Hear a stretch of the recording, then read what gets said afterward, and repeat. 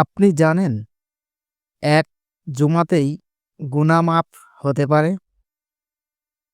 রাসূলুল্লাহ সাল্লাল্লাহু আলাইহি সাল্লাম বলেছেন, যে ব্যক্তি শুক্রবারের দিনে গোসল করে পরিচ্ছন্ন হয়ে মসজিদে যায়, মনোযোগ দিয়ে খুতবা শোনে এবং নামাজ আদায় করে, তার গত সপ্তাহের ছোট, ছোট গুনাহসমূহ আল্লাহ মাফ করে দেন। এই দিনটা হলো রহমত, বরকত আর মাফের দিন।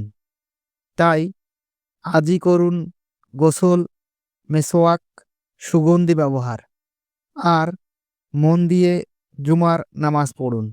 এক জুমাতেই গুনাহ মাফ। আজকের জুমা হোক রহমতের। বারাকা ভয়েস বাংলা।